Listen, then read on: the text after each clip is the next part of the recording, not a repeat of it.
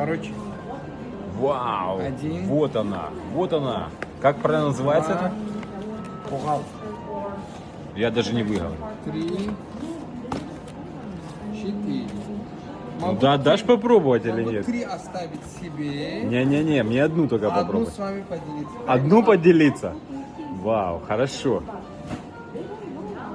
Хорошо, уговорил. Ну это ужасно вкусно. Ну все, я тогда заказываю еще кофе. Ты тоже эспрессо будешь решил? Не, я уже все.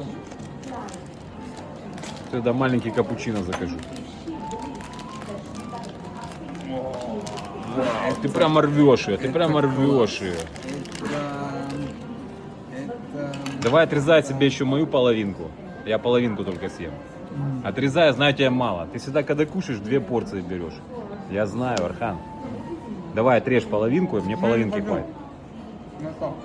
Все, супер, я кофе заказываю.